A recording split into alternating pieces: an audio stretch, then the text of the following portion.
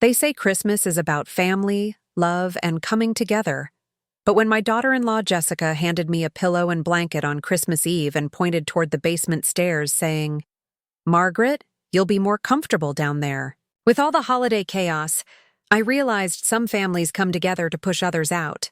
What she didn't know was that the very mansion she was trying to exile me from, the one she'd been measuring for new furniture and photographing for her social media, was about to slip through her perfectly manicured fingers in ways she never saw coming. Before we jump back in, tell us where you're tuning in from, and if this story touches you, make sure you're subscribed, because tomorrow I've saved something extra special for you. The Whitmore estate had been in my late husband's family for 3 generations. Nestled in the heart of Riverside Heights, Connecticut, the 8,000-square-foot Victorian mansion sat on 12 pristine acres, complete with a carriage house, formal, gardens, and a view of the Connecticut River that real estate agents called priceless. When Charles passed away 18 months ago after his battle with pancreatic cancer, I inherited everything: the house, the investment portfolio, the vintage car collection he'd lovingly maintained in the restored barn. At 72, I suddenly found myself the sole owner of a property worth north of $4 million, rattling around in rooms that had once echoed with the laughter of dinner parties and holiday celebrations. The loneliness was suffocating. Charles and I had hosted Christmas for the family every year since our son Daniel was born 38 years ago. The grand dining room table could seat 16, and we'd fill every chair with relatives, neighbors, and friends who'd become family over the decades.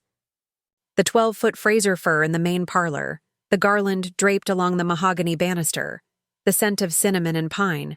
It all felt hollow without Charles there to carve the turkey and tell his terrible dad jokes that somehow got funnier every year. That's when Daniel called last March with what seemed like an answer to my prayers. "Mom, Jessica and I have been talking," he said during one of our weekly phone calls. "The kids are getting older, and with Emma starting high school next year and Tyler in middle school, we thought maybe it would be good for all of us if we moved in with you. The house is so big and you shouldn't be alone." My heart nearly burst with relief. Daniel was my only child, and after Charles died, our relationship had felt strained, not from any conflict, but from the awkward dance of grief. He didn't know how to comfort me, and I didn't know how to ask for help. The idea of having my grandchildren's voices fill those empty halls again, of cooking family meals in the kitchen where I'd taught Daniel to make pancakes, felt like a lifeline thrown to someone drowning in silence. "Are you sure?" I asked, trying not to sound too eager. "I know Jessica loves your house in Fairfield." "She's excited about it," Daniel assured me. "Think of all the space the kids will have, and Tyler's been asking about that pool table in the game room since he was 6. When they moved in that September, it felt like the house had remembered how to breathe." Emma, now 15, claimed the turret room on the 3rd floor with its panoramic windows. 12-year-old Tyler set up his gaming system in what used to be Charles's study. Daniel converted the guest suite on the 2nd floor into their master bedroom, while Jessica immediately began what she called optimizing the living spaces. At first, I was grateful for her energy. Jessica was 34, 10 years younger than Daniel, with the kind of polished beauty that came from good genes and expensive maintenance. She had strawberry blonde hair that never seemed to have a strand out of place, wore workout clothes that cost more than some people's rent, and possessed an Instagram following of 40,000 people who hung on her every post about living the Connecticut dream and multi-generational family goals.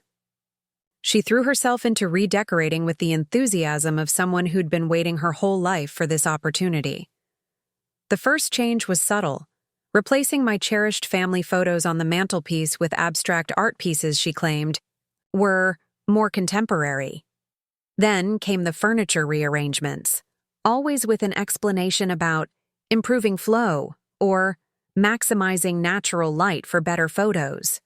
"Margaret, you have such beautiful bones in this house," she'd say, using that sweet voice that somehow always made me feel like I was being managed rather than consulted. "But some of these pieces are just so dated." What if we stored them and brought in some transitional pieces that really showcase the architecture?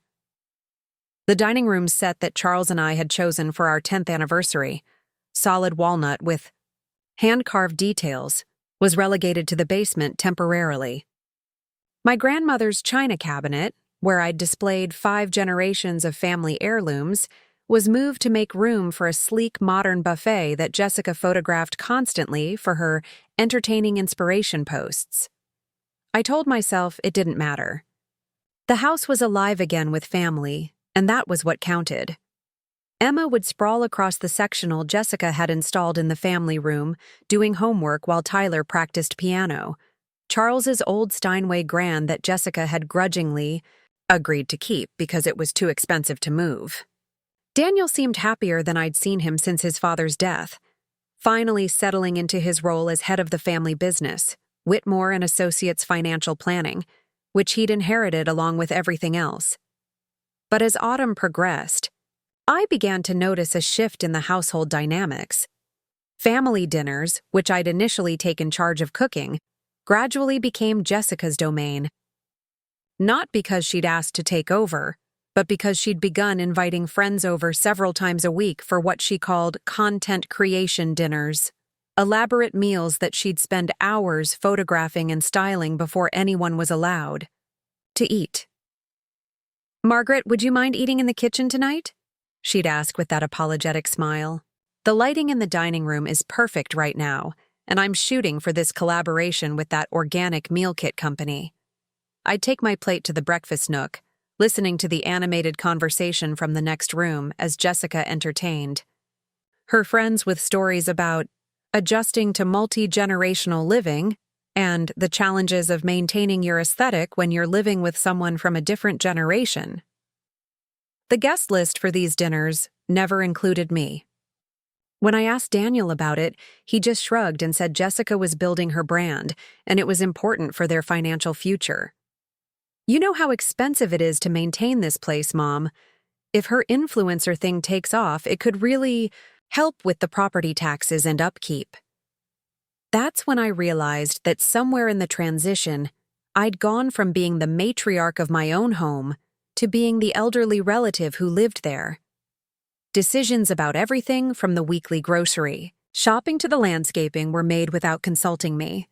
Jessica would breeze through the house with her phone, live streaming house tours that inevitably included comments about the potential this place has once we finish the renovation process. The children, too, seemed to have absorbed the new hierarchy. Emma, who used to come to me for advice about school and boys, now exclusively confided in Jessica. Tyler still hugged me goodnight, but when he wanted something, permission for sleepovers, help with homework, rides to friends' houses, he went to Jessica first. "She's just so much more up-to-date with everything," Emma explained when I asked why she'd stopped coming to me with questions about her upcoming SATs. Like, "No offense, Grandma, but Jessica knows about all the college prep stuff that matters now." I found myself becoming a background figure in my own life. The morning coffee routine I'd maintained for 40 years, sitting in the sunroom with the newspaper and my special blend from the local roastery, became impossible because Jessica had claimed the space for her morning yoga sessions, which she streamed live to her followers. "I hope you don't mind," she said the first time I found her in my spot, contorted into a pose that looked deeply uncomfortable. "The morning light here is just incredible for video, and my audience loves the backdrop of the gardens." I started taking my coffee to the kitchen, then to my bedroom, then eventually gave up the ritual altogether. It was easier than constantly negotiating for space in my own home. The breaking point should have come in November, when I overheard Jessica on the phone with someone discussing the old woman, and how it's like living with a museum curator who gets upset every time you want to update anything. But even then, I told myself she was just frustrated, that blending families was hard, that I needed to be more flexible. It wasn't until I found her measuring the master bedroom that Charles and I had shared for 35 years that I realized just how temporary she considered my presence in the house. "Oh, Margaret," she said, quickly folding up the measuring tape. I was just thinking about getting new curtains for our room, and I wanted to make sure I had the right dimensions.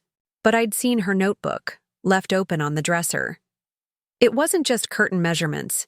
It was a complete room renovation plan, with notes about removing wallpaper, updating light fixtures, and expanding the walk-in closet into the adjacent space. The adjacent space being the small sitting area where I kept Charles's favorite chair and the bookshelf with all his journals from his travels. That night, I lay in the guest bedroom I'd moved to when they arrived, the room that had been Charles's mother's, and wondered how I'd let my own life become so small. I was living like a tenant in the house where I'd raised my son, where I'd cared for my dying husband, where every corner held memories of the life I'd built. But I had no idea that Jessica's plans for me were about to become much more humiliating than I could have ever imagined. Preparing and narrating this story took us a lot of time, so if you are enjoying it, subscribe to our channel. It means a lot to us. Now back to the story. November bled into December with the kind of crisp New England weather that made the Whitmore estate look like something from a holiday movie.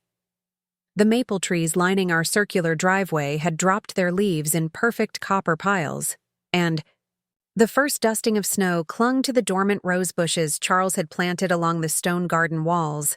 This should have been my favorite time of year.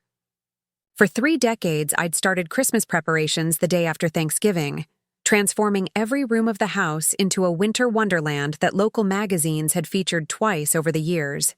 But as December 1st arrived, I found myself hesitating to begin the traditions that had once brought me such joy.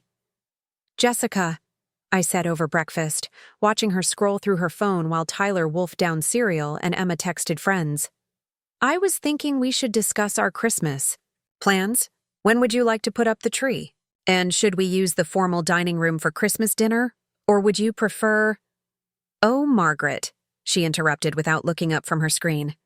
"I'm so glad you brought that up. Daniel and I have been talking, and we think this year should be really special. Our first Christmas all together in this gorgeous house." She finally looked at me, her expression bright with the kind of enthusiasm that immediately made me suspicious. "I've actually been working with this amazing event planner. She specializes in luxury holiday experiences for content creators. We're going to document the whole thing for my Christmas series." My coffee cup paused halfway to my lips. "Event planner? Madison Sinclair? She's incredible. She's done holiday setups for some major influencers, and when I told her about the house, she practically begged to take on the project. The exposure will be amazing for both of us." Jessica's fingers danced across her phone screen as she spoke. "She's thinking a really cohesive theme this year. Something elegant and modern, maybe winter whites and metallics. Very sophisticated, very photogenic." I set down my cup carefully. "What about our family ornaments, the ones we've collected over the years? Emma and Tyler's handmade ones from elementary school?" Tyler looked up from his cereal. "Those old things?" Jessica showed me some pictures of what the new decorations will look like. "They're way cooler, Grandma. Like actually professional." Emma nodded enthusiastically. "The color scheme is going to be so aesthetic. I can't wait to post pictures." "Where exactly would our family ornaments fit into this aesthetic?" I asked, trying to keep my voice level. Jessica reached over and patted my hand in a gesture that felt more patronizing than comforting.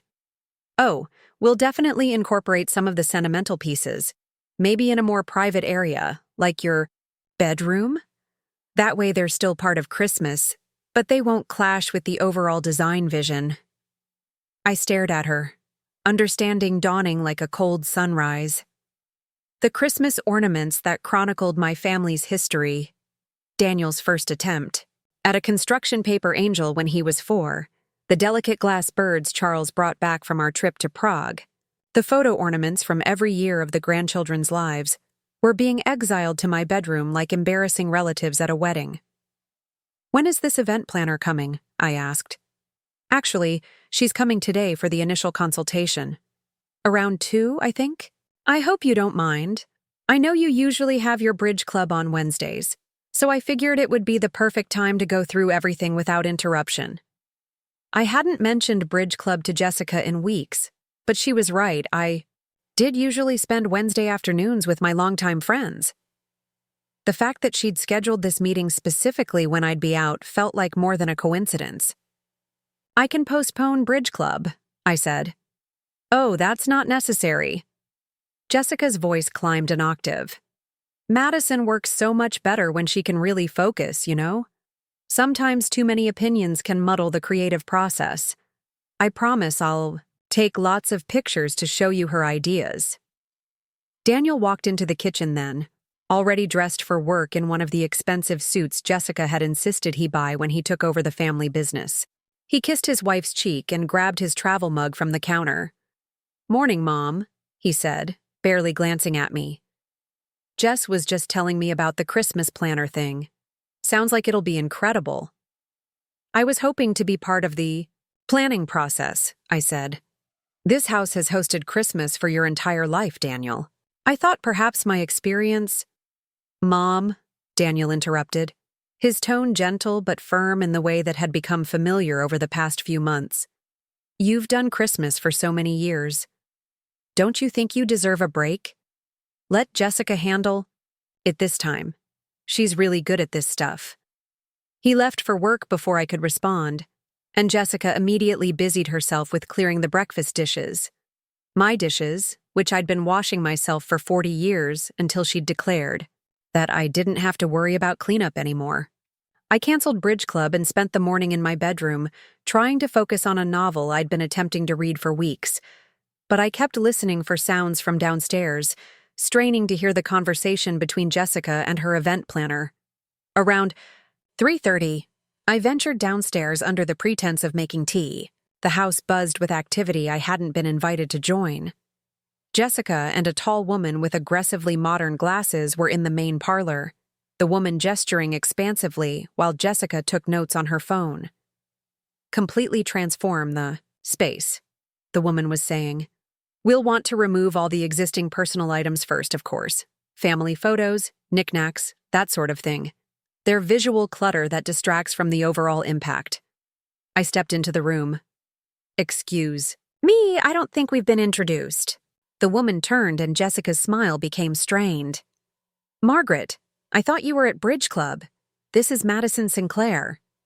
Madison extended a hand with the kind of aggressive confidence that suggested she was used to getting her way. "Mrs. Whitmore, Jessica has told me so much about you. This house is absolutely stunning. Such potential for a really sophisticated holiday presentation." "Thank you," I said carefully. "I'd love to hear more about your ideas." Madison and Jessica exchanged a quick glance that I wasn't supposed to notice. "Well," Madison said, "we're really focusing on creating a cohesive visual narrative that will translate beautifully on camera. The house has such gorgeous architectural details, but right now they're competing with a lot of personal elements that muddy the aesthetic impact." She gestured toward the mantelpiece, where my collection of antique silver frames held family photos spanning 6 decades. "For instance, this mantel has incredible potential, but all these frames create visual chaos. We'd want to clear this completely and install a single, striking focal piece. Maybe a large mirror with metallic accents, or a series of white pillar candles in varying heights." My family photos were visual chaos. "What about the Christmas stockings?" I asked. "We've hung them from this mantel since Daniel was born." "Oh, stockings are so challenging to photograph well," Madison said with a dismissive wave. "They're always crooked, and the names are usually in such random fonts. We're thinking more of a minimalist approach, maybe some elegant greenery, very clean lines." I looked at Jessica, who was nodding enthusiastically. The stockings she wanted to eliminate included the needlepoint one I'd made for Daniel when he was 2, the matching ones Charles and I had bought for ourselves that first Christmas as parents, and the smaller ones I'd carefully crafted for Emma and Tyler when they were babies. "The dining room will need the most work," Madison continued, leading us toward what had been our formal entertaining space for 3 generations. All this dark wood furniture is so heavy and dated. We'll want to bring in something much lighter. Maybe a long white table with clear acrylic chairs. Very modern, very clean. And obviously we'll need to store all the personal items that are currently displayed. She was talking about my grandmother's china cabinet, filled with dishes that had served Christmas dinner to 4 generations of my family. The silver serving pieces that had been wedding gifts. The crystal glasses Charles had surprised me with for our 25th anniversary. Where exactly would these personal items be stored? I asked. Jessica mentioned you have plenty of basement space, Madison said brightly. It's perfect for keeping family pieces safe while we create the visual impact we're after. I felt something cold settle in my stomach. The basement. Just temporarily, Jessica jumped in quickly. Just for the holidays while we're doing all the photography and video content. After New Year's, we can talk about what to bring back up. But even as she said it, her eyes were calculating, already mentally arranging the space without my belongings cluttering her vision. That evening, after Madison left with her clipboard full of plans to erase my family's history from our own home, I found Daniel in Charles's old study. He was working late, spread financial documents across the desk that had belonged to his father and grandfather before him. Daniel, I said, settling into the leather chair across from him. We need to talk about Christmas. He didn't look up from his papers. Mom, if this is about Jessica's plans, please don't make this difficult. She's put a lot of work into this. This is our family home. These are our family traditions. And now we're making new traditions, he said, finally meeting my eyes. Mom, I know change is hard, but Jessica is my wife. She's the mother of my children. If she wants to do Christmas her way, I'm going to support her. The way he said her way made it clear that my way was no longer an option to be considered. What about what I want? I asked quietly. Daniel's expression softened slightly, but his voice remained firm. Mom, you've had Christmas your way for 38 years. Don't you think it's time to let the next generation take over? I stared at my son, the little boy I'd rocked to sleep every Christmas Eve, who'd believed in Santa until he was 9, who'd helped me hang lights on the outdoor trees every December since he was tall enough to reach the lower branches. Somewhere, along the way, Jessica had convinced him that honoring his family's traditions was the same as living in the past. Besides, he added, returning to his paperwork, Jessica showed me some of Madison's portfolio. The house is going to look incredible, professional. Think of how impressed your friends will be. But I wasn't thinking about impressing my friends. I was thinking about how skillfully Jessica had maneuvered me out of my own Christmas, using my son's desire to please his wife and my own reluctance to cause family conflict. As I walked back to my bedroom, I passed the main parlor and saw Jessica on her phone, speaking in the animated tone she used for her live streams. Day 1 of Christmas transformation, you guys. I can't even begin to tell you how excited I am to show you what we're going to do with this space. It's going to be absolutely magical, like something out of a magazine. Old house, new vision, you know what I mean? She was already talking about my home as if it were her project, her creation, her content. And somewhere in that moment, I realized that Christmas wasn't the only thing Jessica was planning to take over. The invasion began at 7 a.m. on a Tuesday, 3 weeks before Christmas. I woke to the sound of unfamiliar voices and heavy footsteps echoing through the main floor. By the time I'd thrown on my robe and made it downstairs, my home had been transformed into what looked like the backstage area of a television production. 3 men in matching gray uniforms were carefully wrapping my grandmother's china in layers of bubble wrap, while 2 women with clipboards directed them toward a growing pile of cardboard boxes marked Storage Basement. Madison Sinclair stood in the center of the chaos, wearing head-to-toe black and barking instructions into a wireless headset. The silver needs to be wrapped individually, she was saying. I don't want any scratches. And make sure those family photos are face down in the boxes. We don't want them getting damaged. Jessica emerged from the kitchen carrying a steaming cup of coffee and wearing the kind of smile that suggested she was personally choreographing my humiliation. She'd already changed out of her pajamas into what she called her content creation outfit. Designer athleisure that probably cost more than most people's mortgage payments. "Good morning, Margaret," she chirped, as if finding strangers dismantling my life's possessions was the most natural thing in the world. "I hope we didn't wake you. Madison wanted to get an early start so we can finish the downstairs today." I watched, speechless, as one of the workers lifted Charles's favorite reading lamp, the Tiffany-style piece he'd bought at an estate sale during our honeymoon, and placed it in a box destined for the basement. "Wait," I said, finding my voice. "That lamp belongs in the living room. Charles used it every evening to read his newspapers." Madison turned to me with the patient expression of someone explaining something to a particularly slow child. "Mrs. Whitmore, I understand these pieces have sentimental value, but they simply don't work with our design concept. The lamp will be perfectly safe in storage, and after the holidays you can discuss with Jessica what you'd like to bring back up." "Discuss with Jessica?" The words came out sharper than I intended. "This is my house. These are my belongings." The room fell silent except for the rustle of bubble wrap. The workers paused their packing, suddenly uncomfortable witnesses to a family dynamic they hadn't expected to navigate. Jessica's smile tightened, but she maintained her sweet tone. "Of course. It's your house, Margaret. We're just trying to create something beautiful for the family. For Christmas. Don't you want the house to look its best when Emma's friends come over? When we host Christmas dinner?" The implication was clear. My belongings, my taste, my 40 years of carefully curating this home were somehow embarrassing. Something that needed to be hidden when real people came to visit. "Where's Daniel?" I asked. "He left for work early," Jessica said, checking her phone.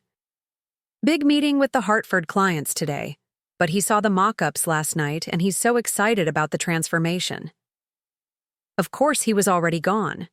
Daniel had made himself remarkably scarce since the Christmas planning began, avoiding any conversation about the changes being made to his childhood home. It was easier for him to let Jessica handle the details than to navigate the conflict between his wife and his mother. I retreated to the kitchen, hoping to find some corner of my own home where I could think clearly. But even there, the invasion had begun. My collection of vintage ceramic Christmas trees, pieces I'd been collecting since Daniel was born, sat in a cardboard box on the counter, wrapped and ready for exile.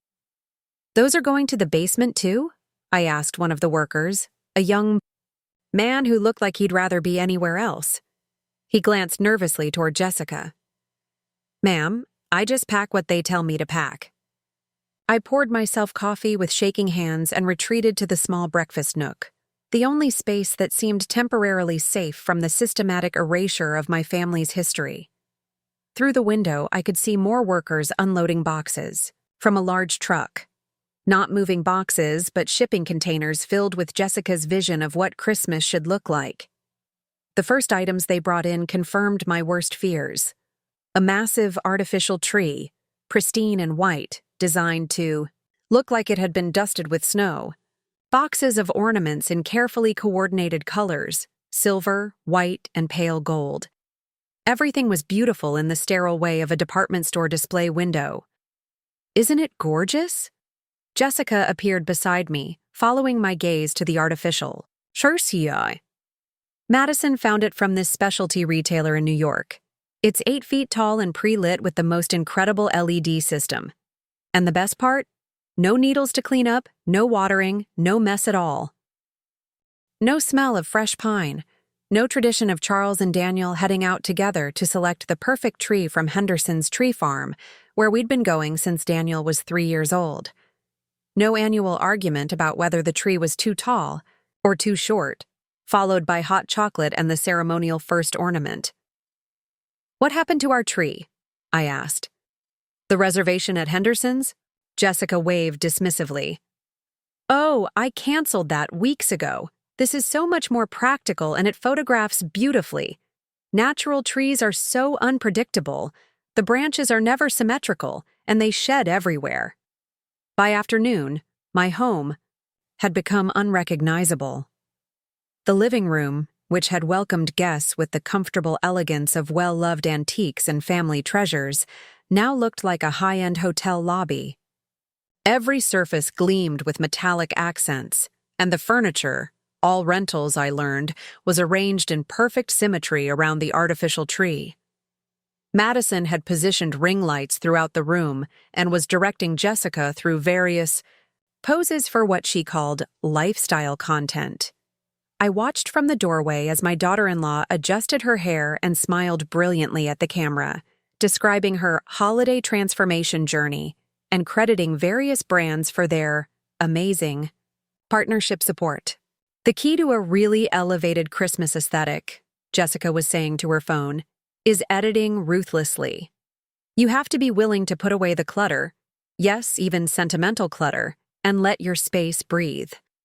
Sometimes less really is more, especially when you're trying to create something magazine-worthy. She was standing in front of the mantel where my family photos had hung for decades, now decorated with a minimalist arrangement of white candles and metallic branches. Behind her, the artificial tree sparkled with lights that never flickered or varied, and ornaments that would never break or fade because they contained no memories worth preserving. "Margaret," Jessica called out when she noticed me watching. "Come see how beautiful it looks." I walked into what had once been my living room and tried to feel something other than profound loss. The space was undeniably elegant, perfectly coordinated, and utterly soulless. It looked like the lobby of an expensive resort, beautiful to photograph, comfortable for no one. "What do you think?" Jessica asked, her phone still recording. "Isn't it incredible?" I looked around at the sterile perfection, at the rental furniture that no one had ever loved, at the artificial tree that would never grow or change or surprise us. "It's very professional," I said finally. Jessica beamed, as if I'd given her the highest compliment. "Madison is so talented. And wait until you see what we're doing with the dining room." But I'd already seen enough. As Jessica returned to her filming, narrating the transformation for her followers, I quietly climbed the stairs to my bedroom. From the window, I could see the workers loading my belongings into the basement through the exterior entrance, box after box of my family's history disappearing into the dark. That evening, when Daniel finally came home, he walked through the transformed space with the expression of someone trying to convince himself that he liked what he was seeing. "It's different," he said carefully. "Different, amazing," Jessica corrected, linking her arm through his. "Look how open everything feels, and the lighting is perfect for photos." Emma and Tyler were less diplomatic.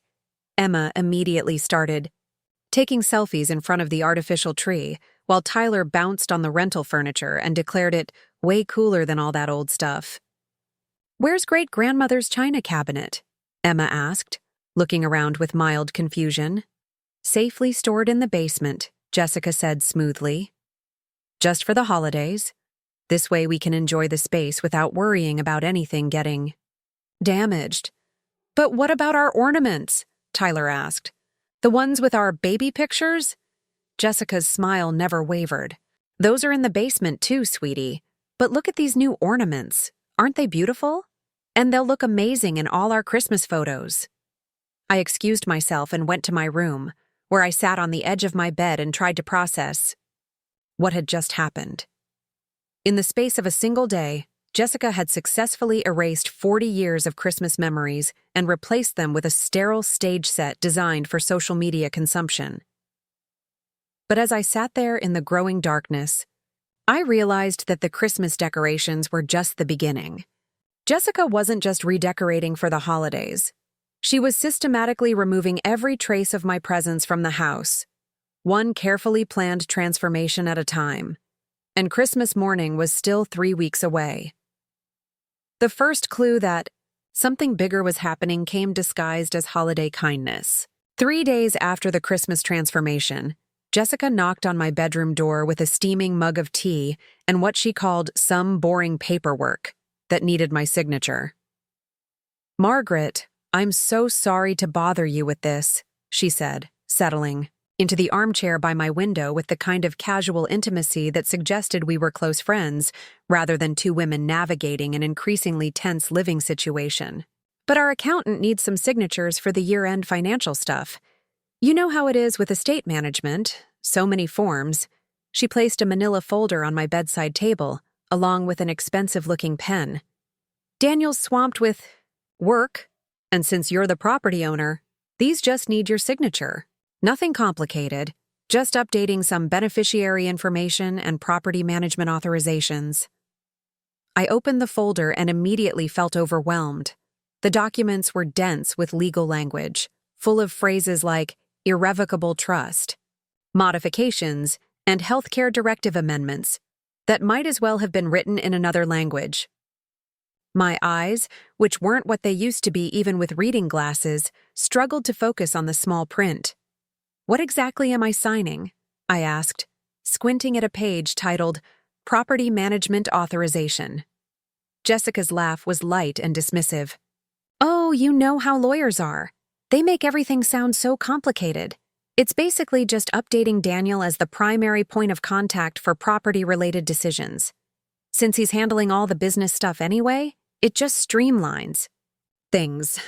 Makes it easier when contractors need approvals, that sort of thing." She pointed to highlighted signature lines throughout the documents. "I've marked everywhere you need to sign. The accountant said it should only take a few minutes." I hesitated, holding the pen above the first document. "Shouldn't Daniel explain these to me himself?" "Of course he should," Jessica agreed readily. "But you know how crazy his schedule has been since taking over the firm. He's barely home before 8 most nights, and weekends are packed with client meetings. He actually asked me to handle this because he felt terrible about adding more stress to your plate." The explanation sounded reasonable, but something nagged at me about the urgency. "Why does this need to be done before Christmas?" "Tax year deadlines," Jessica said with a shrug. "You know how the government is about their paperwork. If we don't get this filed before December 31st, it becomes this whole complicated thing for next year's returns." I looked down at the documents again, trying to make sense of the legal jargon. One phrase jumped out at me. "Transfer of primary residence decision-making authority." I pointed to it with a trembling finger. "What does this part mean?" Jessica leaned over to look, her perfume filling the space between us. "Oh, that's just the technical term for what I mentioned, making Daniel the primary contact for house-related decisions. Like if we need roof repairs or want to update the heating system, the contractors can deal directly with him instead of bothering you with every little detail." It sounded logical, even considerate. At 72, did I really want to deal with contractor estimates and maintenance decisions? Daniel had always been good with that sort of thing. Even as a child, he'd helped Charles with household projects. But as I held the pen, I found myself thinking about the Christmas transformation. How Jessica had scheduled meetings when I wasn't home, made decisions about my belongings without consulting me, turned my family's traditions into content for her social media followers. "Can I take some time to read through these more carefully?" I asked. Jessica's smile flickered for just a moment. "Of course you can, Margaret. But the accountant really does need them back by Friday to make the filing deadline. And honestly, Daniel has already reviewed everything. He knows you trust his judgment." She stood up, smoothing her yoga pants. "I'll leave them with you to look over. Just let me know if you have any questions. Though I'm sure Daniel explained the important parts when he asked me to bring them to you." After she left, I spent the next hour trying to decipher the documents. The more I read, the more confused I became. There were references to other documents I'd apparently signed, modifications to my will that I didn't remember making, and authorizations that seemed to give Daniel far more control over my finances than I'd ever intended. One document particularly troubled me.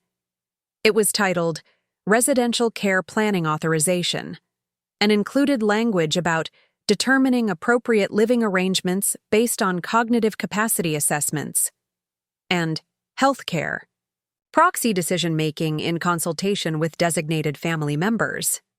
I'd never asked for any residential care planning. I lived independently, managed my own medications, drove myself to appointments and social engagements. The document made it sound like I was already incapacitated. That evening, I waited for Daniel to come home. It was nearly 9 o'clock when I heard his car in the driveway, and by the time he made it upstairs, he looked exhausted. "Daniel," I said, catching him as he headed toward his bedroom, "I need to ask you about some documents Jessica brought me." He paused, his hand on the doorknob. "Mom, can we talk about this tomorrow? It's been a really long day, and I have an early meeting." "This is important," I interrupted. "There are some papers here that I don't understand, and Jessica said you'd already reviewed them." Daniel's shoulders sagged slightly. "Mom, if Jessica brought them to you, they're probably just routine stuff. She's been handling a lot of the administrative details to help me out." "But I don't remember asking Jessica to handle my administrative details." He turned to face me, and I could see the frustration in his eyes. "Mom, you're 72 years old. Don't you think it makes sense to have some help with the complicated financial and legal stuff? Jessica has an MBA. She understands this better than most people." "When did Jessica get an MBA?" I asked, genuinely confused. Daniel's expression shifted slightly. She's been taking online courses, business management stuff. She's really smart about this kind of thing." But something in his tone suggested he wasn't entirely sure about Jessica's qualifications either. We stood there in the hallway for a moment, both of us aware that important conversations were happening around me, about me, but without me. "I just want to understand what I'm signing," I said quietly. "Mom," Daniel said, his voice gentle but tired. "Do you trust me?" "Of course I trust you." "Then trust that I wouldn't let anyone put anything in front of you that wasn't in your best interest. Jessica's just trying to help organize things so you don't have to worry about all the boring paperwork." He kissed my forehead and disappeared into his bedroom, leaving me standing in the hallway with more questions than answers. The next morning, I decided to call my longtime attorney, Robert Harrison, who'd handled Charles's estate and had been the family lawyer for nearly 20 years. But when I dialed his office, his secretary informed me that my account had been transferred to a new firm. "Transferred?" I asked, confused. "I never authorized any transfer." "Let me check our records," she said. After a brief hold, she returned, with information that made my stomach drop. "It shows here that Daniel Whitmore contacted us last month to transfer all family legal matters to Hartwell, Bishop & Associates. He said the family was consolidating their legal services. Did I sign anything authorizing this transfer?" Another pause. "There's a note here that the transfer was authorized under the existing power of attorney documentation." After I hung up, I sat at my bedroom desk and tried to piece together what was happening. Jessica's Christmas transformation wasn't just about aesthetics and social media content. The systematic removal of my belongings to the basement, the legal documents I didn't understand, the transfer of my legal representation, it all suggested a plan much more comprehensive than holiday decorating. I thought about the notebook I'd seen in Jessica's hands, the one with the room measurements and renovation plans. What if those weren't just interior design ideas? What if they were blueprints for a life that didn't include me living in my own home? That afternoon, I made a decision that would have seemed unthinkable just weeks earlier. I walked to the basement for the first time since the Christmas transformation, began needing to see what had become of my family's history. The basement had been organized with the same ruthless efficiency that Jessica brought to everything else. My belongings were stacked in labeled boxes along the walls, like inventory in a storage facility. Living room items, dining room china, family photographs, but it was the box labeled Legal Documents, MIW, that caught my attention. My initials, but I'd never packed legal documents in any basement box. Inside, I found copies of documents I didn't remember signing, including several that were dated after Charles's death. Powers of attorney that granted Daniel authority I'd never intended to give him. Healthcare directives that designated Jessica as my backup medical decision-maker. Financial authorizations that I was certain I'd never seen before. At the bottom of the box was a folder marked Future Planning. Inside were brochures for assisted living facilities, with notes in Jessica's handwriting about suitable options for M when transition becomes necessary.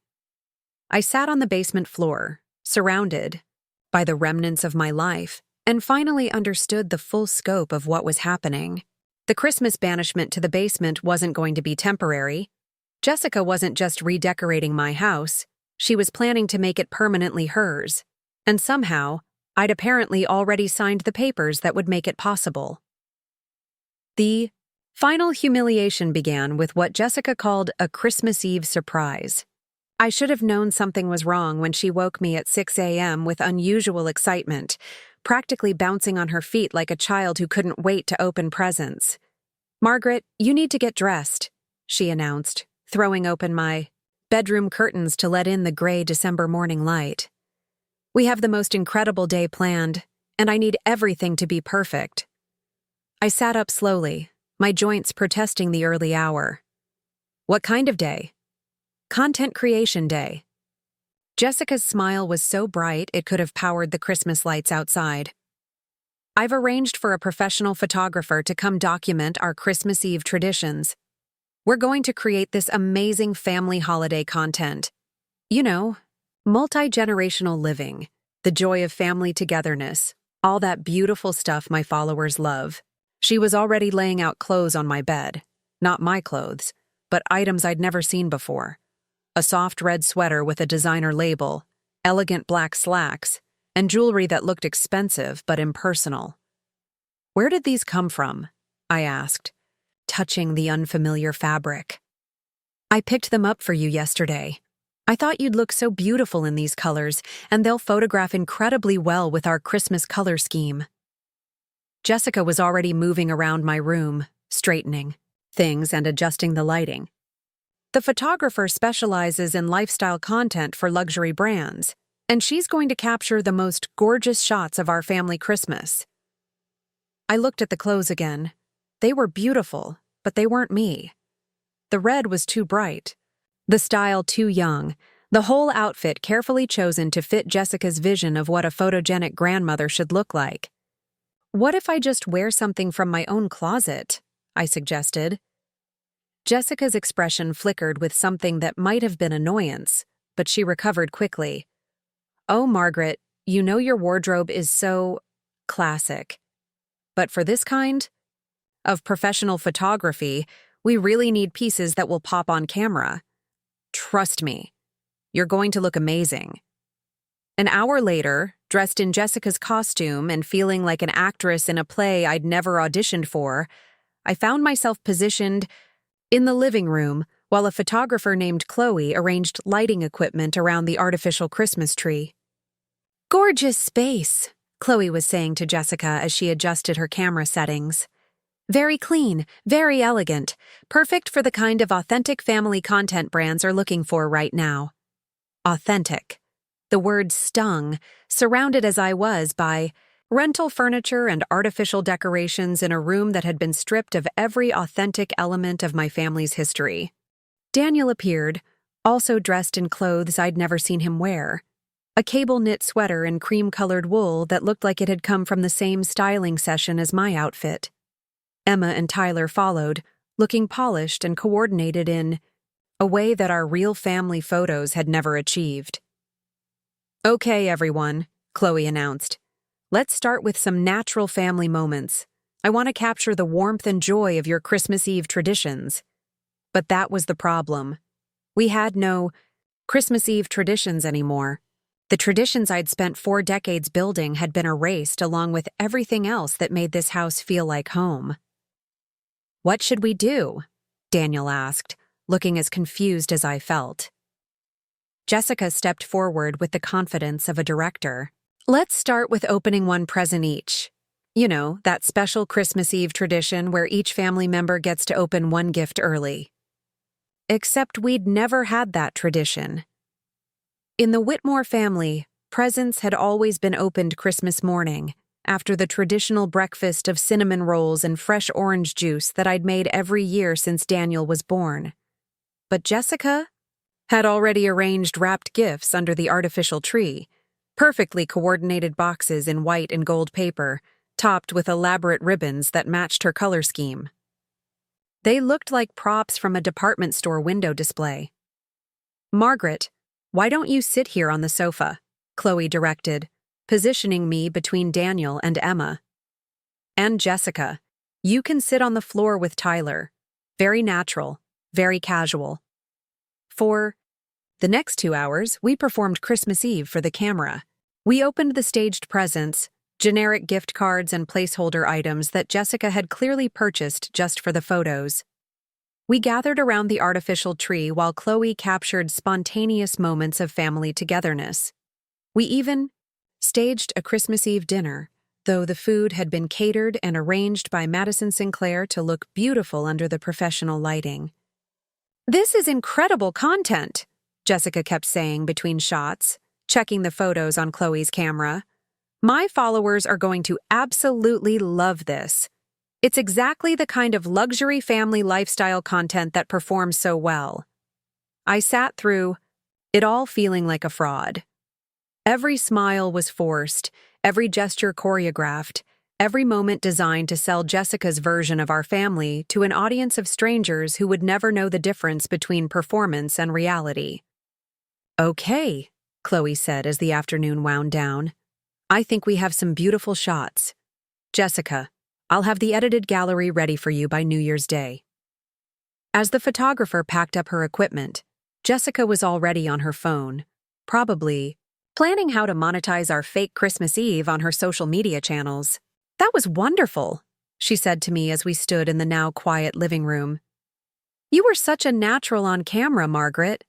Really, you should consider doing more content with me. The whole multi-generational angle is so popular right now." Looked around at the staged perfection, at the artificial tree surrounded by gifts that meant nothing, at the rental furniture that had replaced pieces my family had loved for generations. "Is this what Christmas is going to be like from now on?" I asked quietly. Jessica's smile faltered slightly. "What do you mean?" "Performed, photographed, turned into content for strangers." "Margaret," Jessica said, her voice taking on that patient tone she used when she thought I was being difficult. "This is how families share their joy nowadays. This is how we create memories and connect with people who care about us." But I couldn't shake the feeling that we weren't creating memories. We were erasing them, replacing genuine family moments with manufactured content designed to generate likes and comments from people who would never sit around our dinner table or know the stories behind our traditions. That evening, as Jessica prepared for what she called her Christmas Eve content push, posting the photos and videos from our staged celebration, she pulled me aside with another one of her bright smiles. "Margaret, I have one more little surprise for tonight," she said, holding a pillow and a soft blanket. "I've set up the most cozy sleeping area for you in the basement. I thought you might enjoy a quiet, peaceful night away from all the Christmas morning chaos upstairs." I stared at her, certain I'd misunderstood. "The basement? I know it sounds unusual, but hear me out," Jessica continued, her tone becoming more animated. "Tomorrow morning is going to be absolutely insane up here. The kids will be up at dawn, there'll be wrapping paper everywhere, and you know how loud Tyler gets when he's excited. I thought you might appreciate having a calm, quiet space where you can rest without all the commotion." She was talking about exiling me to the basement on Christmas Eve, and somehow making it sound like a gift. But Christmas morning has always been— I know, Jessica interrupted gently. "But this year is going to be different. More intense, more photogenic. I've planned this whole Christmas morning content series, and there's going to be so much activity, so many moving parts. I just thought you'd be more comfortable having your own private space." Daniel appeared in the doorway, already dressed in his pajamas, the matching family Christmas pajamas that Jessica had bought, for everyone except me. "Mom?" he said, not quite meeting my eyes. Jessica explained about the basement setup. "It's actually pretty comfortable down there, and you'll be able to sleep in without all the noise." I looked at my son, this man who had once been the little boy who would crawl into my bed on Christmas morning, too excited to wait for presents. Now he was standing there, supporting his wife's plan to banish me to the basement so I wouldn't interfere with her content creation. "You want me to spend Christmas Eve in the basement," I said, making sure I understood correctly. "Just for tonight," Jessica said quickly. "And really, it's lovely down there now. I've made it so cozy, and you'll have complete privacy. Think of it as your own little retreat." I looked around the living room one more time, at the artificial tree, the rental furniture, the staged perfection that had replaced my family's authentic Christmas traditions. Then I looked at my son, who was still avoiding my eyes, and my daughter-in-law, who was already mentally composing the social media posts about her perfect family Christmas morning. "Fine," I said quietly. "I'll sleep in the basement." Jessica's smile was triumphant. "Oh, you're going to love it, Margaret. I've thought of everything." As I followed her down the basement stairs, carrying the pillow and blanket she'd provided, I realized that this moment, being banished to the basement of my own home on Christmas Eve, wasn't just the culmination of Jessica's systematic takeover of my life. It was the moment I finally understood that I had a choice to make. I could continue being a prop in Jessica's performance, or I could remember that this was still my house, my life, and my decision to make. The basement was cold, filled with boxes of my displaced belongings, and utterly inappropriate for sleeping. But as I sat on the makeshift bed Jessica had created between the water heater and the storage shelves, I found myself smiling for the first time in weeks. Because tomorrow was Christmas Day. And Jessica had just made a very serious mistake. She'd forgotten that the deed to this house was still in my name alone. I didn't sleep much in the basement that Christmas Eve. How could I, surrounded by boxes labeled with the remnants of my life, listening to the sounds of my own family celebrating? Above me without bothering to include me? Around midnight, I heard Jessica's voice drifting down through the floor vents as she live-streamed what she called her Christmas Eve wind-down routine to her followers. "You guys, I am just so grateful for this beautiful day with my family." Her voice carried through the darkness. "There's something so magical about multi-generational living, you know? Having Grandma Margaret here just makes everything feel so complete and authentic." I nearly laughed out loud at the irony. There I was, the grandmother she was gushing about to thousands of strangers, sleeping on a camping mattress between storage boxes in my own basement, because I was too inconvenient for her Christmas morning content plans. But as I lay there in the cold basement, something shifted inside me. Maybe it was the absurdity of spending Christmas Eve surrounded by my own banished belongings. Or maybe it was finally having the silence and space to think clearly. But I began to see my situation with startling clarity. Jessica hadn't just banished me to the basement for one night. She'd been systematically banishing me from my own life for months, one small humiliation at a time. The redecorating, the legal documents, the staged family moments, it was all part of a comprehensive plan. To make me disappear from my own existence while she took over everything Charles and I had built together. At 5 a.m., I heard the children running around upstairs, their excited voices echoing through the house as they discovered their Christmas presents. In previous years, I would have been up there with them, making my traditional Christmas morning. Cinnamon rolls, watching their faces light up as they opened gifts that I'd carefully chosen and wrapped myself. Instead, I was listening to Tyler's voice. "Mom, where's Grandma? Doesn't she want to see us open presents?" And Jessica's smooth response. "Grandma needed her rest, sweetheart. She's not as young as she used to be. But don't worry, I'm recording everything so she can watch it later. Not as young as she used to be.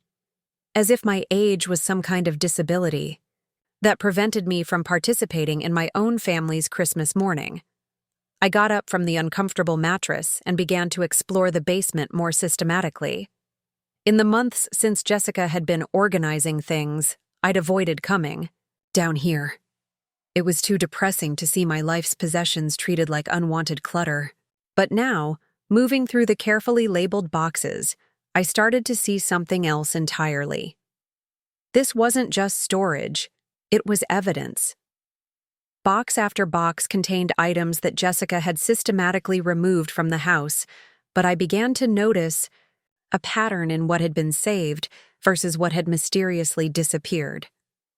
All of my financial documents were there, but Charles's personal papers, including his business journals and the handwritten notes he'd left me about various investments, were nowhere to be found. My family photo albums were preserved, but they'd been buried under boxes of linens, as if Jessica wanted them forgotten but not destroyed. At least not yet.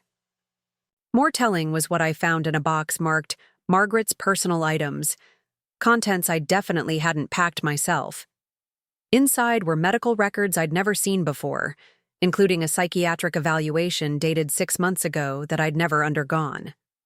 According to the document, I was showing signs of mild cognitive decline and increasing difficulty with complex decision-making. The evaluation was signed by a Dr. Patricia Kellerman, a name I'd never heard. My hands shook as I read the assessment, which painted a picture of an elderly woman losing her mental faculties, unable to manage her own affairs, requiring increasing supervision and support from family members. It was a perfect justification for everything Jessica had been doing, taking over household decisions, managing my paperwork, making plans for my future care needs. The only problem was that I'd never met Dr. Kellerman, never underwent any psychiatric evaluation, and certainly never signed any consent forms for such an assessment. But there was my forged signature at the bottom of the document. I dug deeper into the box and found more fabricated evidence of my supposed decline. Medication records for prescriptions I'd never taken, incident reports describing falls and confusion that had never happened. Even a letter from Daniel to Dr. Kellerman, expressing his growing concerns about his mother's safety and judgment. Jessica hadn't just been stealing my house and my money, she'd been stealing my competency, creating a paper trail that would support whatever legal maneuvers she was planning. At the very bottom of the box, I found the smoking gun, a completed application for Willowbrook Manor, an assisted living facility about 40 minutes away. The application was dated for January 15th, less than 3 weeks away, and included a note from Jessica describing my urgent need for supervised care due to rapidly declining cognitive function. The intake date was scheduled for January 30th. They weren't just planning to push me out of my own home, they'd already arranged where I would be going. I sat back on my heels, surrounded by the evidence of their elaborate fraud, and felt something I hadn't experienced in months: absolute clarity. The confusion, the self-doubt, the constant second-guessing of my own perceptions, all of it evaporated as I finally understood the scope of what had been done to me. But understanding their plan was only the first step. Now I needed to do something about it. I climbed the basement stairs quietly, listening to the sounds of Christmas morning continuing without me. Jessica was in full content creation mode, her voice bright and animated as she narrated the morning for her social media audience. And here's Emma opening her new laptop. Look at that face. This is what Christmas morning is all about, you guys. Pure joy and family love. I slipped out through the kitchen door into the cold December morning. The Whitmore estate looked like something from a Christmas card, with snow covering the manicured lawns and ice crystals clinging to the bare branches of the oak trees that Charles had planted when Daniel was young. My neighbor, Ruth Peterson, was in her driveway retrieving her newspaper when she spotted me. "Margaret!" she called out, hurrying over with concern written across her face. "What are you doing outside so early? And in your slippers. Ruth had been my neighbor for 20 years, a retired nurse who didn't miss much and had the kind of practical wisdom that came from decades of taking care of people. She took one look at my face and immediately stepped closer. "Something's wrong," she said. It wasn't a question. I looked back at my house, where warm light glowed from every window and the sounds of family celebration drifted across the snow-covered yard. To anyone passing by, it would look like the perfect Christmas morning scene. "Ruth," I said quietly, "I need to use your phone to call a lawyer." She didn't ask questions, just took my arm and guided me toward her house. "Of course, dear. But first, let's get you some warm clothes and a cup of coffee. You look like you've seen a ghost." As we walked toward her front door, I glanced back one more time at the Whitmore estate. Jessica's silhouette moved past the living room window, probably staging another perfect family moment for her followers. "Not a ghost," I said softly. "But I think I just came back from the dead." Ruth squeezed my arm. "Good thing, too. From the look on your face, someone's about to find out that reports of your demise were greatly exaggerated." For the first time in months, I smiled with genuine satisfaction. Jessica thought she'd buried me in that basement, surrounded by the remnants of my displaced life. What she didn't realize was that she'd given me exactly what I needed: time, space, and evidence. And now it was my turn to create some surprises of my own. Ruth Peterson's kitchen was everything mine used to be before Jessica's makeover. Warm, oak cabinets, mismatched coffee mugs that held memories, and the kind of lived-in comfort that came from decades of actual family meals rather than staged photo shoots. As I sat at her breakfast table in borrowed clothes, sipping coffee that tasted like home, I found myself thinking clearly for the first time in months. "Now," Ruth said, settling across from me with her own mug and the expression of someone ready to hear uncomfortable truths. "Tell me everything." I started with Jessica's Christmas transformation and ended with finding the forged medical documents in the basement. Ruth listened without interruption, occasionally nodding or making soft sounds of disapproval, but never once suggesting that I might be mistaken or overreacting. When I finished, she was quiet for a long moment, staring into her coffee cup. Finally, she looked up with the kind of steely determination I remembered from her nursing days. "That woman isn't just stealing your house, Margaret. She's stealing your sanity, your reputation, and your legal capacity to fight back. This is elder abuse, plain and simple, and it's criminal." The word criminal hit me like a physical blow. I'd been thinking of Jessica's behavior as manipulative, even cruel, but I hadn't fully grasped that what she was doing was actually illegal. "What do I do?" I asked. Ruth was already reaching for her phone. "First, we call my daughter's law firm. Sarah specializes in elder law and estate fraud. She's seen cases like this before.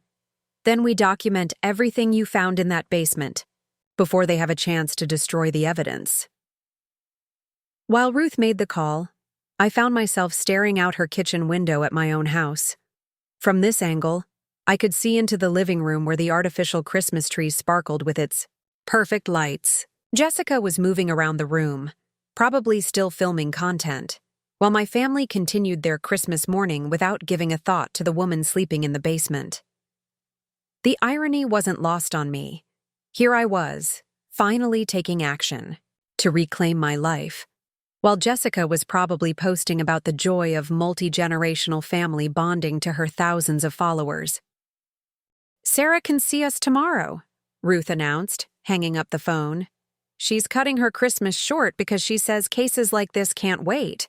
The perpetrators often escalate quickly once they think they have everything in place." "Perpetrators," I repeated. The word made Jessica sound like what she was: a criminal who had targeted me systematically and deliberately. "Now," Ruth continued, pulling on her coat, "we need to get back into your house and photograph everything in that basement, before Jessica realizes you've discovered her filing system. How are we going to do that without being seen?" Ruth's smile had a mischievous edge. "Margaret, dear, I've been watching that woman's routine for months. Every Christmas afternoon, she takes those children to the country club for their annual holiday brunch and photos by the big outdoor tree. It's been all over her Instagram for weeks. They'll be gone for at least 2 hours. Sure enough, around 1 o'clock, I watched from Ruth's living room as Jessica herded Emma and Tyler into Daniel's car, all of them dressed in coordinated outfits that screamed expensive family lifestyle content. Daniel looked tired and slightly dazed, like a man who'd been managing his wife's social media schedule rather than enjoying Christmas with his children. As soon as their car disappeared down the street, Ruth and I crossed back to my house. I used my key. Thankfully, Jessica hadn't thought to change the locks yet, and we slipped inside. The house felt different in the afternoon light. The morning's Christmas excitement had faded, leaving behind the sterile perfection of Jessica's design choices. Wrapping paper had been quickly cleaned up and disposed of, probably to maintain the aesthetic for afternoon photo opportunities. Even the presents under the tree had been rearranged into more photogenic compositions. We went straight to the basement, where Ruth took systematic photographs of every document I'd found, using her phone to capture clear images that could be enlarged if necessary. She also photographed the boxes themselves, showing how my belongings had been deliberately organized and stored as if I were already gone. "This is incredibly thorough," Ruth murmured as she documented the assisted living application. "This level of premeditation suggests they've been planning this for a very long time." "How long do you think?" I asked. Ruth looked at the dates on various documents. "Based on this paperwork, I'd say Jessica started laying the groundwork within 3 months of moving in, maybe sooner." The realization hit me like ice water. Jessica hadn't gradually decided to push me out. She'd planned it from the beginning.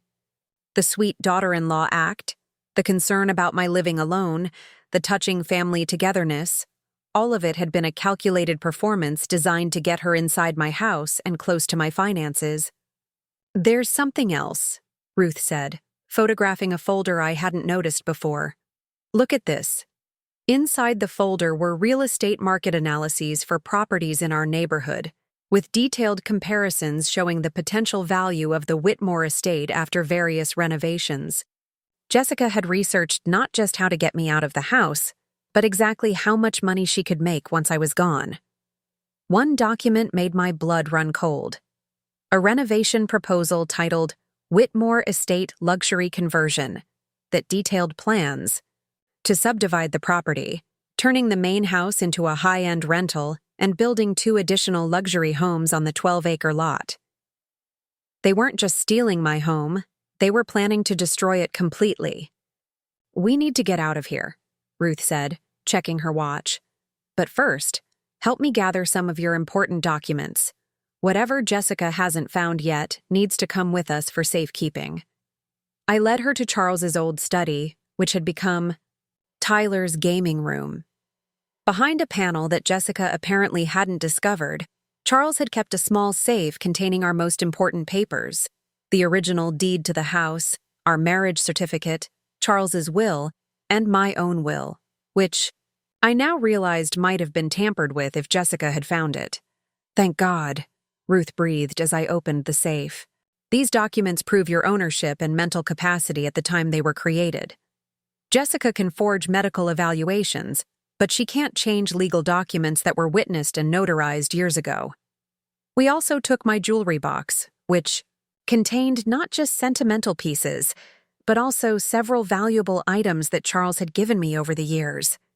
If Jessica was planning to have me declared incompetent, she'd likely try to claim authority over all my possessions.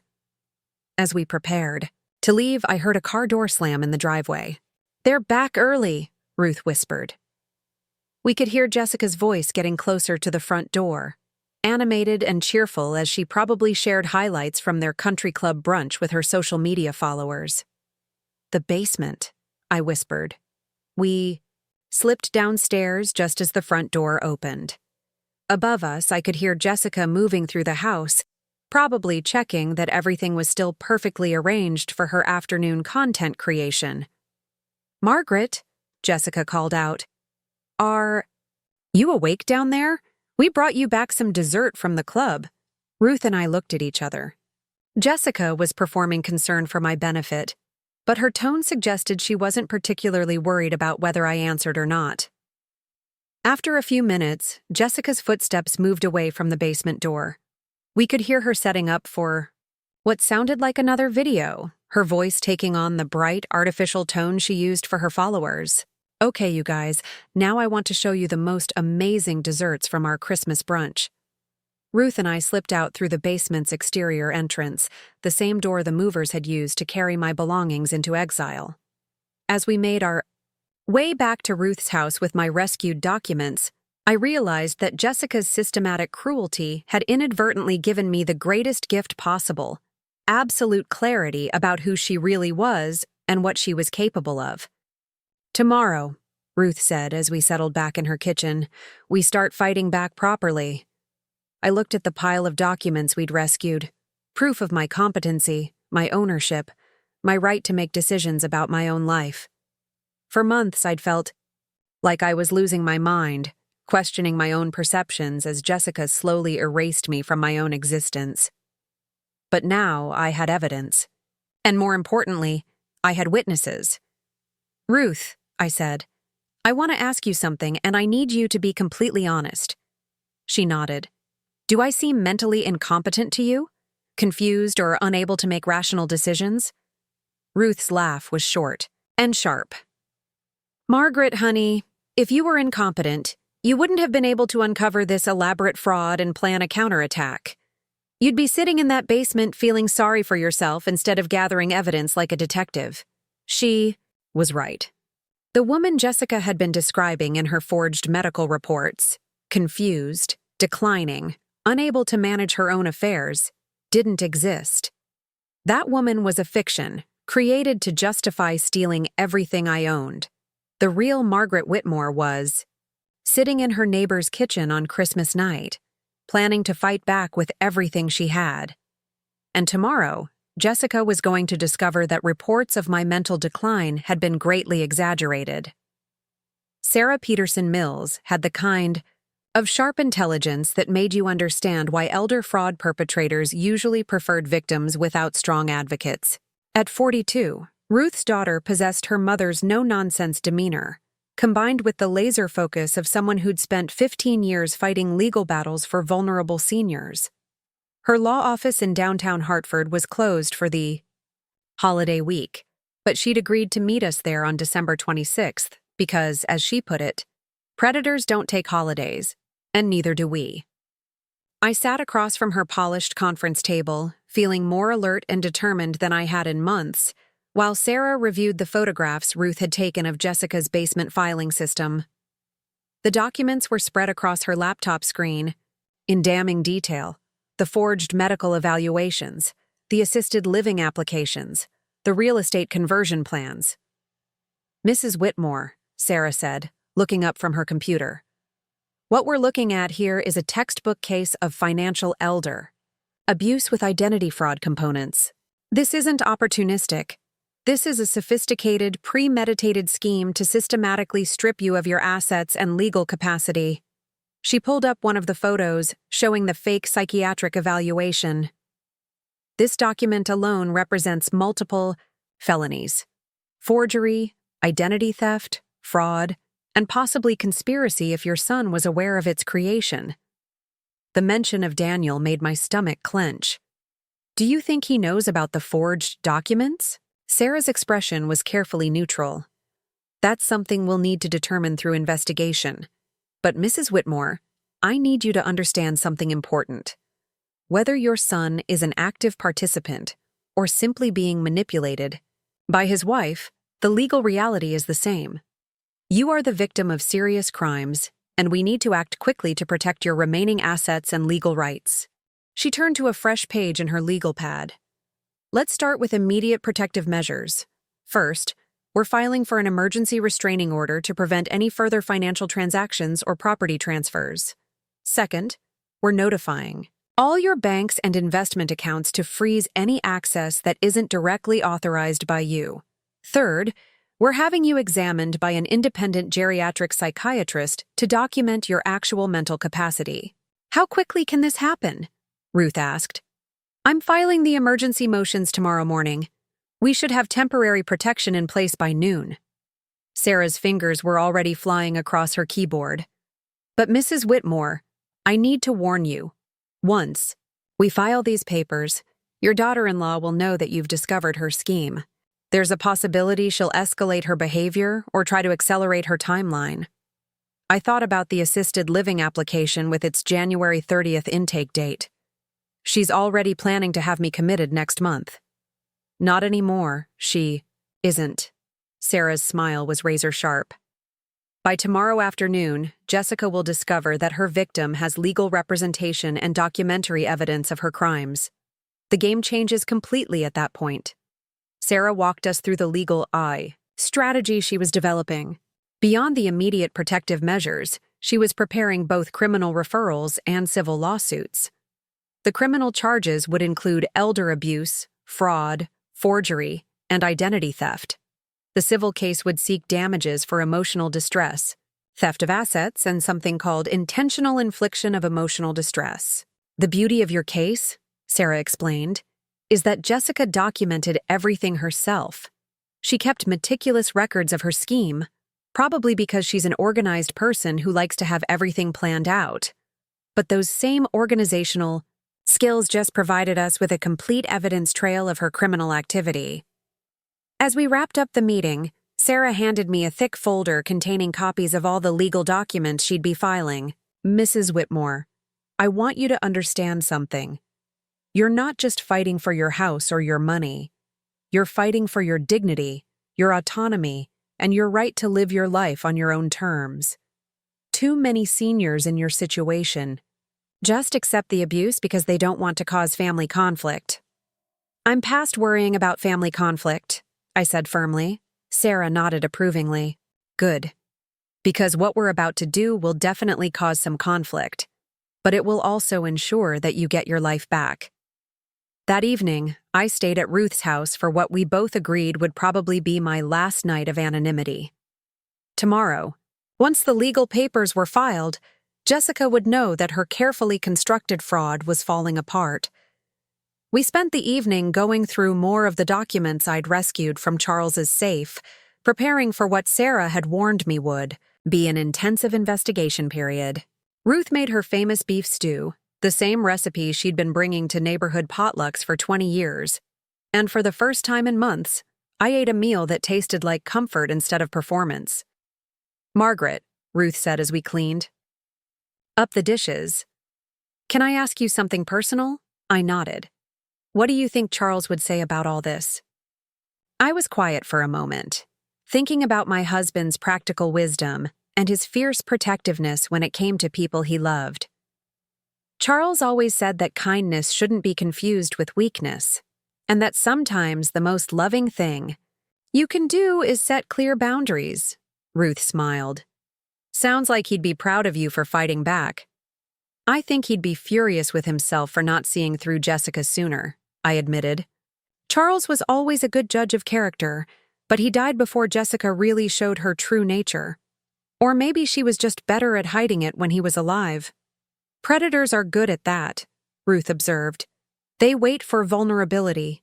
Jessica probably started planning this the moment she realized Charles was terminal. The thought was chilling, but probably accurate. Jessica's timeline suggested she'd begun her research and planning while Charles was still alive, but too sick to be aware of what was happening around him. As I settled into Ruth's guest room that night, I felt something I hadn't experienced in months. Genuine hope. Not the desperate hope of someone wishing things would magically improve, but the solid confidence of someone who had a plan and the resources to execute it. My phone buzzed with a text message from Daniel. Mom, Jessica. Said you weren't feeling well yesterday. Are you okay? We missed you at Christmas dinner. I stared at the message for a long moment. Jessica had told him I wasn't feeling well. Not that she'd banished me to the basement, not that I'd chosen to leave the house, but that I was sick. Even now, she was controlling the narrative, making sure Daniel saw me as the problem rather than understanding what she'd done. I typed back, "I'm fine, Daniel. We'll talk tomorrow." Because tomorrow, we definitely would talk. But it wouldn't be the conversation he was expecting. I set my phone aside and tried to sleep, but my mind kept racing through everything that would happen in the coming days. Legal papers filed, bank accounts frozen, Jessica's shocked discovery that her victim had found legal representation, the confrontation with Daniel when he learned about his wife's criminal behavior, the possible criminal charges, the civil lawsuit, the complete upheaval of the life Jessica thought she'd so carefully orchestrated. But underneath all the anxiety about the battles ahead, I felt something else: deep satisfaction. For months, Jessica had been systematically stealing my agency, my dignity, my very sense of reality. She'd made me question my own perceptions, doubt my own competence, accept humiliation as normal. Tomorrow, she was going to discover that Margaret Whitmore wasn't as easy to erase as she'd thought. Around midnight, I got up and went to Ruth's kitchen window, looking across the yard at my own house. The lights were still on in the living room, and I could see Jessica's silhouette moving around, probably staging more content for her social media channels about the perfect aftermath of Christmas. "Enjoy it while you can," I whispered to her, distant figure. "Because this is the last night you'll spend in my house as anything other than a criminal defendant." Ruth found me there a few minutes later. "Can't sleep either?" "Too much adrenaline," I admitted. Ruth nodded toward my house. "She has no idea what's coming, does she?" "None at all." I smiled, and Ruth later told me it was the first genuinely happy expression she'd seen on my face in months. Sarah said predators count on their victims being isolated and ashamed.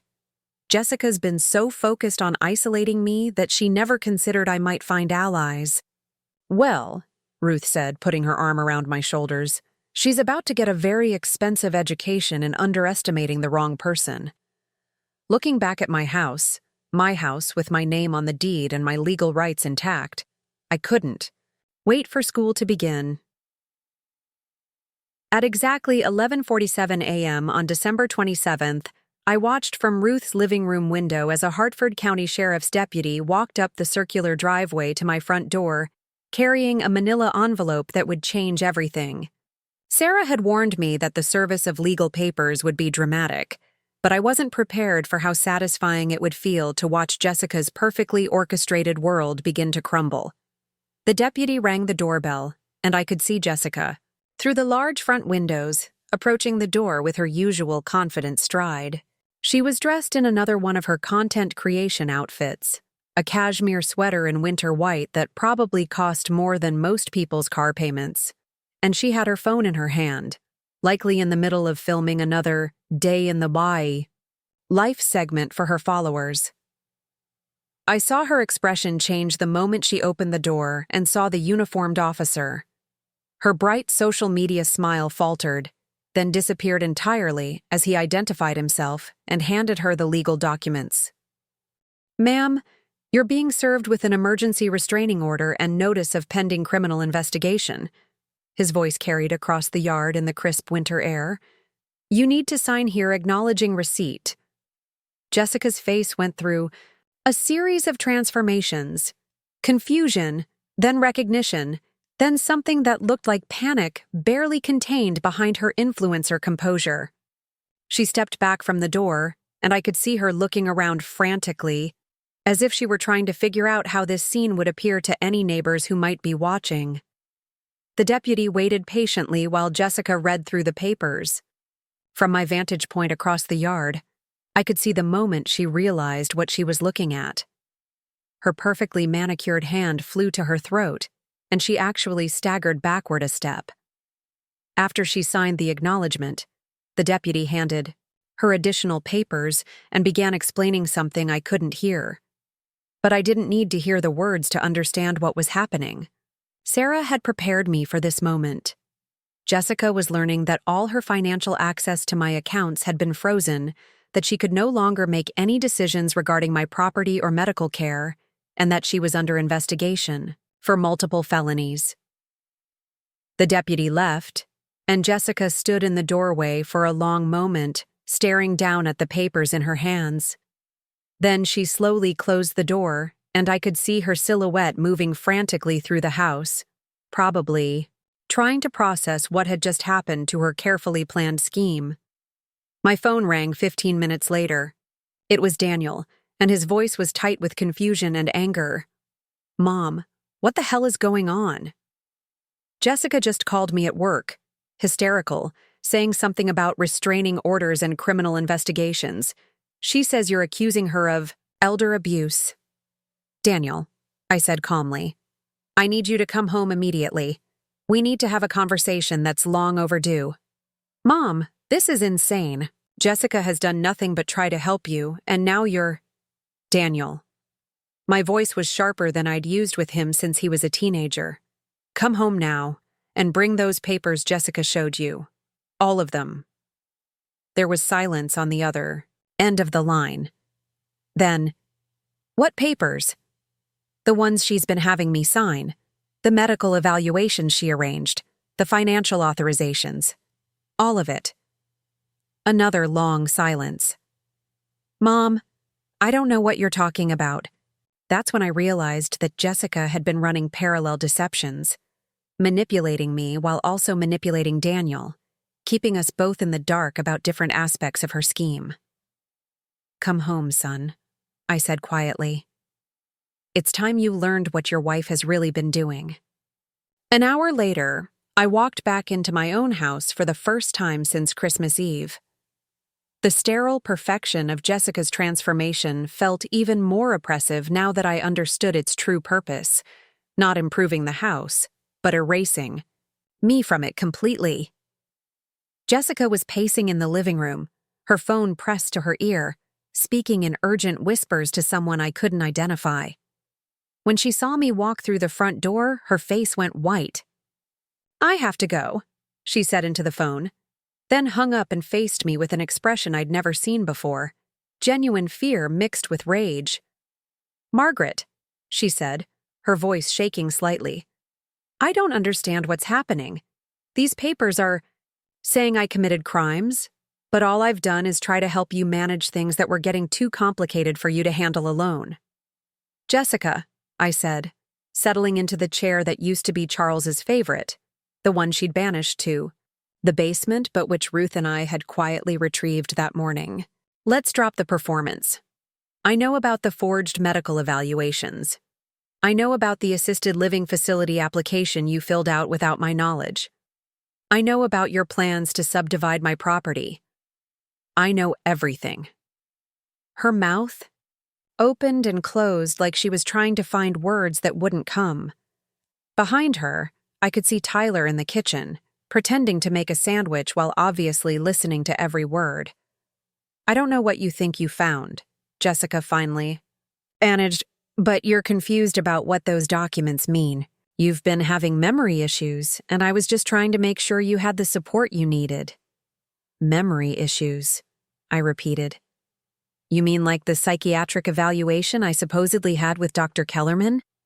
The doctor I've never met, whose assessment I never consented to, whose signature I never witnessed?" Jessica's face was losing color by degrees. That's not, you're misunderstanding. Or maybe you mean the incident reports about falls I never had, confusion I never experienced, medications I never took." Each word I spoke seemed to hit her like a physical blow. She sank onto the white sectional sofa she'd brought in to replace my family's comfortable furniture, and for the first time since I'd known her, Jessica looked genuinely small. That's when Daniel walked in, still wearing his business suit, but with his tie loosened and his hair disheveled, like he'd been running his hands through it during the drive home. "Mom," he said, then stopped when he saw Jessica's expression. "What's going on here?" I looked at my son, this man I'd raised, who'd somehow become a stranger willing to support his wife's systematic abuse of his own mother, and felt a mixture of love and disappointment that nearly took my breath away. "Daniel," I said. Sit down. It's time you learned what your wife has been doing while you've been at work. For the next 30 minutes, I walked Daniel through everything I'd discovered: the forged documents, the stolen medical identity, the plans to have me declared incompetent and committed to assisted living. I showed him photographs Ruth had taken of Jessica's basement filing system, copies of the real estate conversion plans, evidence of the systematic theft of my legal capacity. Daniel listened in silence, his face growing paler with each revelation. Several times he looked at Jessica as if waiting for her to deny what I was saying, to provide some explanation that would make it all make sense. But Jessica just sat there, occasionally opening her mouth as if to speak, then closing it again. Without making a sound, "Jessica," Daniel finally said, his voice barely above a whisper, "please tell me this isn't true." She looked at him with tears streaming down her face, the first genuine emotion I'd seen from her in months. "Danny," she said, using the nickname she'd never used before. "You have to understand, I was trying to protect our family. Your mother was getting confused, making poor decisions. I was just trying to make sure she was safe, and that our children would have security for their future. Forging medical documents?" Daniel's voice was getting stronger, more horrified. "By stealing her legal capacity? By planning to put her in assisted living without her consent? She needs supervised care." Jessica's composure finally cracked completely. "She's old, Danny. She was living alone in this huge house, forgetting things, getting overwhelmed by simple decisions. I was trying to transition her gradually, to make it easier for everyone." "What things was I forgetting, Jessica?" I asked quietly. "What decisions was I getting overwhelmed by?" She stared at me, and I could see her frantically, trying to come up with examples that would support her narrative. But there weren't any, because they didn't exist. She started, then stopped. The house was too much for you to manage. The house I'd been successfully managing for 40 years until you moved in and took over. Daniel was looking back and forth between us, and I could see the moment when everything clicked into place for him. When he realized that his wife's concern for his aging mother had been nothing more than an elaborate cover story for systematic financial abuse. "Jesus Christ, Jessica," he breathed. "What have you done?" That's when Jessica made her final, desperate play. She turned to Daniel with the full force of her manipulative charm, tears streaming down her face, her voice breaking with what sounded like genuine anguish. "Danny, please, you have to believe me. I love your mother. I love our family. Everything I did was because I was scared.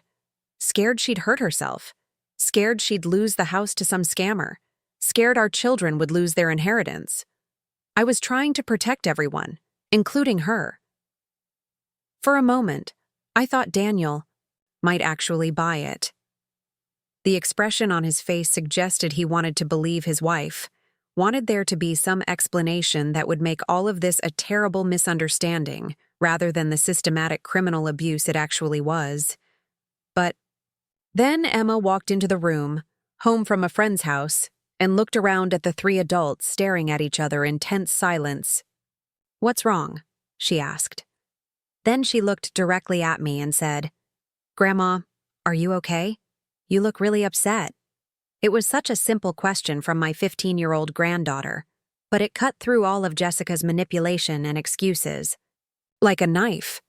Because the truth was visible on my face, in my posture, in the way I'd been diminished over the past months by Jessica's systematic cruelty. "Actually, Emma," I said, meeting her eyes with the first genuine smile I'd managed in days, "I'm going to be just fine." 6 months later, I was sitting in my restored living room, surrounded by the family photographs and comfortable furniture that had been returned from their basement exile, when the final piece of paperwork arrived. The envelope was thick, official, and bore the seal of the Hartford County District Attorney's Office. Jessica had pled guilty to all charges: elder abuse in the first degree, financial fraud, identity theft, forgery, conspiracy to commit fraud. The list went on for 2 full pages, each charge representing a different aspect of the systematic scheme she'd constructed to steal my life. Ruth, who had become my closest friend and unofficial co-conspirator, was sitting across from me with her own cup of tea when I opened the letter. "Well?" she asked, though my smile probably already told her everything she needed to know. 18 months. In prison, 3 years probation, full restitution of all stolen funds plus damages, and a permanent restraining order, I read aloud. She's also required to pay for my legal fees and the independent psychiatric evaluation that confirmed I'm completely competent. Ruth raised her teacup in a mock toast. To the woman who thought she could steal Christmas and ended up getting coal in her stocking. I laughed, something that had become much easier over the past few months as my life returned to something resembling normal, or rather, something better than normal. Because the truth was, fighting back against Jessica's abuse had awakened. Something in me that I'd forgotten existed. The house felt alive again, but not in the desperate way it had when I was rattling around in it alone after Charles died. Now it felt purposeful. I'd converted Charles's old study back from Tyler's gaming room into something new. A combination library and meeting space where I hosted a weekly support group for seniors who'd experienced financial abuse. Sarah Peterson Mills had connected me with the state attorney general's office, and I'd become an unofficial advocate for other victims of elder fraud. It turned out that Jessica's scheme, while particularly elaborate, wasn't uncommon. Adult children and their spouses targeting elderly relatives for their assets was an epidemic that law enforcement was struggling to address. "There's something else," I said, pulling out the second letter that had arrived that day. "The real estate development company that Jessica was working with has been shut down by the state. Apparently, targeting elderly homeowners for property theft was their entire business model." Ruth's eyebrows shot up. She was working with professionals? A whole network of them. Lawyers who specialized in questionable conservatorships, doctors who would provide medical evaluations without actually examining patients, even assisted, living facilities that offered kickbacks for quick admissions. I shook my head. Jessica wasn't just a greedy daughter-in-law. She was part of an organized criminal enterprise. The doorbell rang, and I went to answer it with the kind of lightness in my step that I'd forgotten was possible. Emma stood on the porch, looking nervous but determined. "Hi, Grandma," she said quietly. "Can we talk?" Emma had been staying with Ruth's sister in West Hartford since the day Daniel filed for divorce from Jessica. The kids had been through hell, discovering that their mother was a criminal, watching their father struggle with shame and guilt, having their entire family structure collapse in a matter of weeks. "Of course, sweetheart," I said, leading her into the living room where Ruth was already gathering her things to give us privacy. Emma settled onto the couch where Jessica used to hold court for her social media followers, but she looked small and uncertain, nothing like the confident teenager who'd posed for Christmas photos just 6 months earlier. "Dad says you might sell the house," she said without preamble. I studied my granddaughter's face, seeing traces of both Daniel and Charles in her features, but thankfully nothing that reminded me of Jessica. "Would that upset you?" Emma was quiet for a long moment. "I know what Mom did was wrong. Really, really wrong. And I know she hurt you in ways that I'm probably too young to understand completely." She looked up at me with tears in her eyes. "But this house, it's the only place that feels like family to me now. Like, real family. Not the fake perfect family Mom was always trying to create for her videos." My heart ached for this child, who'd been used as a prop in her mother's performance for so long that she'd forgotten what authentic family relationships felt like. "Emma," I said gently, "I want you to know that no matter what happens with the house, you and Tyler will always be my grandchildren. That will never change, regardless of what your mother did." "But it did change," Emma said, her voice breaking. "Everything changed. Dad barely talks to anyone. Tyler keeps asking when Mom's coming home. And you?" You were so hurt by what she did, and I don't blame you for not wanting us around anymore. I moved to sit beside her on the couch, putting my arm around her shoulders. Oh, sweetheart. I never stopped wanting you around. Your mother made it impossible for me to have a relationship with you, but that was never your fault. Emma leaned into me, and I realized it was the first genuine physical affection we'd shared in months, not the staged hugs Jessica had orchestrated for photos, but the real thing. Emma, I said, what would you think about you and Tyler spending weekends here? Your father too, when he's ready. This house has always been about family, and you kids are family no matter what. Really? Her voice was muffled against my shoulder. Really. But I need you to understand something. The grandmother you're going to get from now on isn't the one your mother tried to turn me into. I'm not going to be quiet and grateful for whatever scraps of attention I'm given.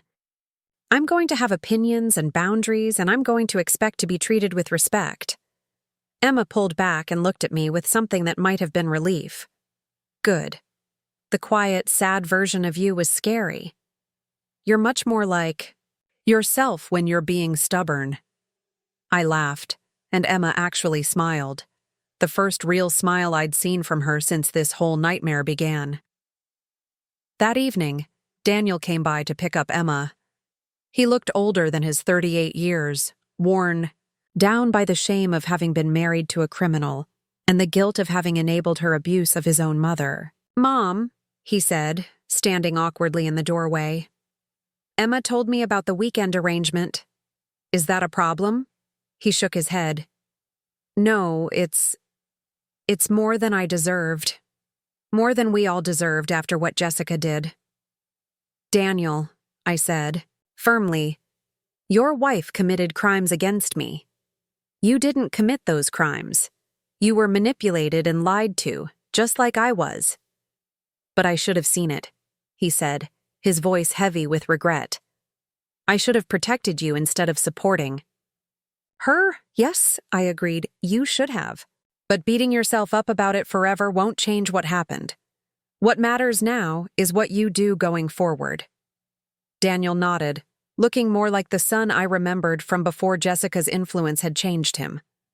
I've been going to therapy, learning about manipulation tactics, about how people like Jessica operate.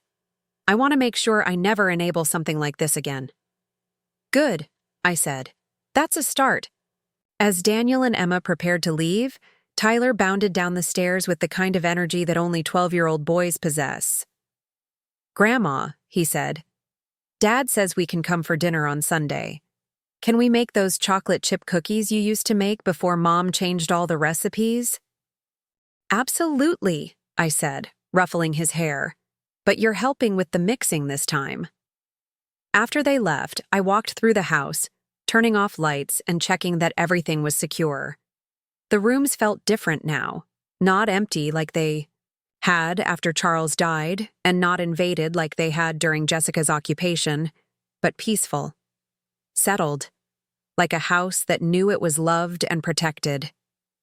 In the living room, I paused in front of the mantelpiece where my family photos had been, restored to their place of honor.